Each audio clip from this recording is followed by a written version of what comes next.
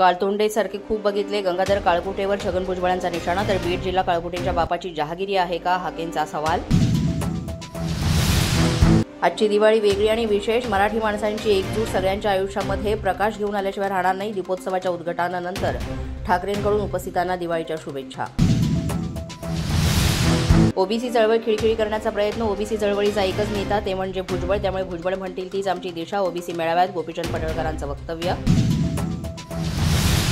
मराठ्यांनो, जरांगेच्या नादी लागू नका, लक्ष्मण गायकवाड यांची प्रतिक्रिया. तर भुजबळांना ट्रोल कराल तर तुमचा एकही आमदार निवडून येणार नाही, लक्ष्मण गायकवाड यांचं वक्तव्य. ओबीसींच्या आरक्षणाचं संरक्षण झालं नाही, न्यायालयामध्ये जाऊन दाद मागावी लागत असेल तर तुम्ही काय कामाचे. ओबीसी महाएल्गार मेळाव्यातून लक्ष्मण हाकेंचा. बजरंग सोनावणे, प्रकाश सोळंकी यांना प्रश्न. गोपीनाथ मुंडेंचा वारसा म्हणून ओबीसींसाठी काम करा, छगन भुजबळांचं धनंजय मुंडेंना सल्ला. मंत्रिपद हे अळवावरचं पाणी असल्याचंही वक्तव्य.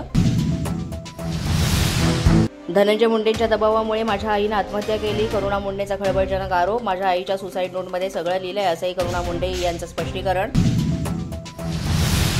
उद्धव ठाकरेंच्या हस्ते मनसेच्या दीपोत्सवाचं उद्घाटन. दीपोत्सवाच्या निमित्तानं ठाकरे कुटुंब पुन्हा एकत्र. उद्धव ठाकरेंची मनसेच्या दीपोत्सवाला पहिल्यांदाच हजेरी. ओबीसींच्या महाएल्गार मेळाव्यामध्ये मराठा आरक्षणाच्या मुद्द्यावरून ओबीसी नेत्यांमध्ये फूट. मंत्री भुजबळ यांनी काँग्रेसचे नेते वडेट्टीवारांवर निशाणा साधला.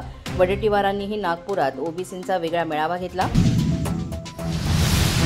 भुजबळ ओबीसींचे भीष्माचारी आहे, जीआर मागे घ्यायचा असेल तर मुंबईला चला, प्रकाश शेंडगे यांचं आवाहन. आरक्षणाचा जीआर मागे घेईपर्यंत मुंबई सोडायची नाही, शेंडगे यांचं वक्तव्य. पोलीस बंधा न्यूजच्या बातमीपत्रात आज इतकंच. तुम्हाला आमचं बातमीपत्र कसं वाटतंय याबाबत अवश्य अभिप्राय कळवा. यासाठी पोलीस माझा न्यूजचं यूट्यूब चॅनल सबस्क्राईब करा. तसंच आमचं फेसबुक, इंस्टाग्राम आणि ट्विटर अकाउंट फॉलो करा.